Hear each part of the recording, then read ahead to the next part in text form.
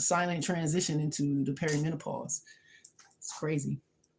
Puberty was the awakening, but perimenopause is the warning bell. Yeah, it whispers. It's a whisper of change your body has been preparing for decades. Like your body's preparing for this. Again, we're not noticing and paying attention. We're overworked, overstressed, burnt out, tired, doing too much, and not finding any relief or resolve. So some of it is our fault. You gotta give yourself some grace, slow down a little bit, sit down and be still. But most women never hear it. Most of us are blindsided because nobody taught us to read the signals. Once again, ignorance can be generational. The hormone changes, perimenopause, the hormone changes. Progesterone declines first. You bitter, you surly, you in a mood, you unhappy all of a sudden. Your progesterone, it declines first. 36 I was. We had our last child at 38. I was 36 when I first started feeling it. I'm like, yo, something going on. Feeling a little miserable. Like, wow, I'm snappy. I wasn't trying to exhibit the behavior, but I felt it. I'm like, something's wrong.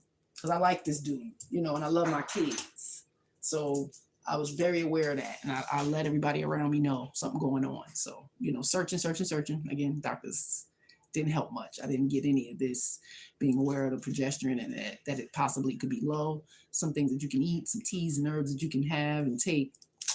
Regimens, just keeping a regular routine, being consistent and healthy will help all of that. So these are the hormonal changes that perimenopause is going to cause. It's going to happen, okay? Estrogen fluctuates. And what you eat affects that horribly, okay? Hot flashes, night sweats, heat spurts, brain fog, memory lapse. Estrogen fluctuates crazy during perimenopause, okay? And if you don't know, it'll make you feel like you're going crazy. And that's a lot of the signs that I've seen, a lot of the posts that I've seen recently. I feel like I'm going crazy. And that hurts me because I absolutely was there. And I know what it is. And just for us to be so unclear of knowing why these things are happening, it's downright shameful to me because, it helps in everything. If the testosterone starts to decline during perimenopause, all these things decline or fluctuate, not in a good way. So when that testosterone starts to decline, libido dips, low energy, and motivation struggles. That's what's going to happen, okay? Cortisol and thyroid may go rogue. I have so many sisters with hypothyroidism,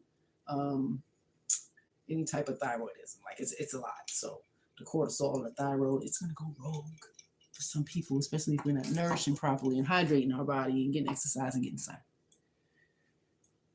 Your stress response heightens during perimenopause. That stress response heightens during perimenopause, okay? Metabolism slows, so your metabolism is going to slow down and your stress response is going to heighten. Your hormones are having conversations that you don't understand yet. You heard what I said? Your hormones are having conversations that you don't understand yet. But they're speaking constantly, okay? And if you listen, you can anticipate the next chapter of your womanhood instead of being blindsided because that shit'll smack you in your face, all right? And you'll take everybody down with you. It's not cool, okay? I'm just trying to bring some clarity. These are the symptoms you got to watch for. Watch for irregular periods, too long, too short, or skipped. Perimenopause is coming, okay? And it's 50 to 70 symptoms. But these are the things to just watch for. Hot flashes in the night sweats, insomnia, disrupted sleep, the fatigue, low motivation, anxiety, vaginal dryness, decreased libido, like, come on, weight gain, especially around the midsection, brain fog, forgetfulness, emotional swings, irritability. All of these things are in the beginning of perimenopause. So imagine going to the doctor to say all this. They look at you like you're crazy, okay? I'm not a medical professional, but take notes. Take notes so you can have more clarity when you go up in this doctor. There's some blood tests that you can ask for specifically, okay? Your follicle stimulating hormone, that FSH, take notes, FSH, it rises as the ovaries slow down. All of these things should be tested, Okay, you got FSH, you got LH, which is the luteinizing hormone that helps detect ovulation decline. You got to see where all these things are, because as you aging, the ovulation decline is going on. The eggs are gone, like they're depleted. You get to set them out. If they're gone, they're gone. That's what happens. You can't rebuild them. Like, that's not what happens. You have your set of eggs from the time you're in your mother's womb, your mother's womb. Estradiol, E2, measures your estrogen levels. The progesterone tracks luteal phase. Look these things up, okay? Testosterone, free and total. This is going to check your energy, your libido, your muscle tone, see where your levels are. The thyroid panels, this is very important for all my sisters or brothers dealing with thyroid issues, that THS, T3, T4, metabolism, mood, and weight.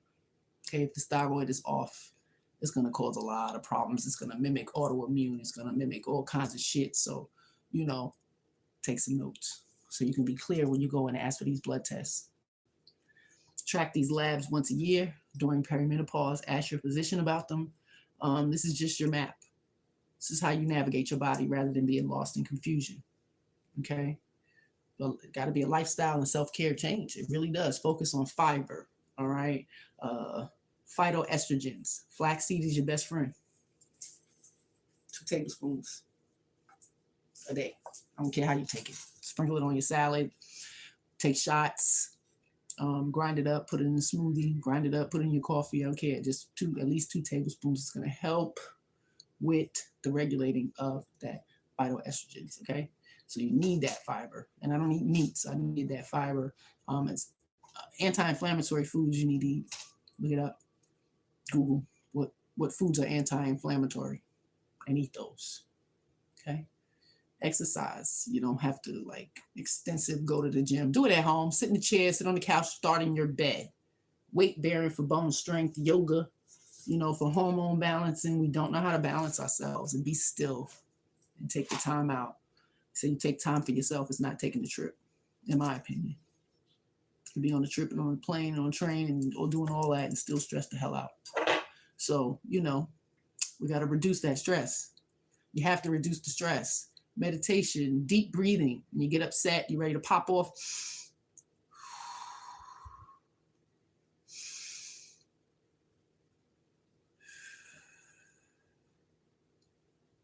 Remembering and learning how to breathe.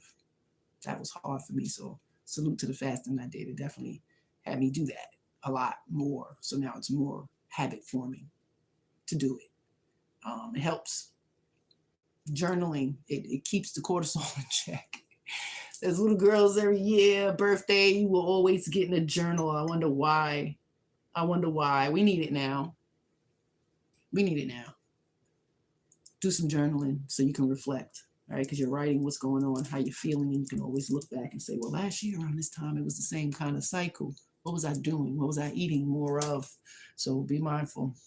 Eliminating the symptoms would be eliminating some of the things you're eating. So prioritize paying attention to the things that you're eating. All right. Make sleep a priority. 7 to 9 hours. Melatonin may support, your circadian rhythm. Gotta sleep. Get some rest. Because you just tell me you don't ask to take a nap. Like you just take a nap. I was not a nap taker. But now if I feel it, I'm going to take me a nap. All right, y'all, I'm going to lay down for a little bit. So I had to prioritize doing that. Some of us don't have that ability, but sleep is important, especially at night. Eliminate those before sleep stressors, especially the phone. Computer, read that warm oat milk or nut milk with a little turmeric if you're fighting inflammation. Pinch of pepper definitely helps.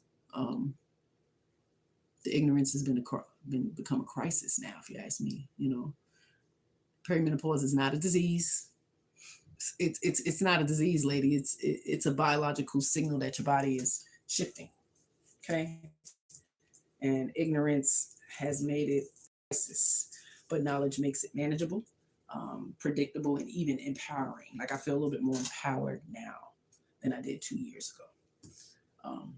The transition to menopause. If perimenopause is the whisper, then menopause is the full-on chorus.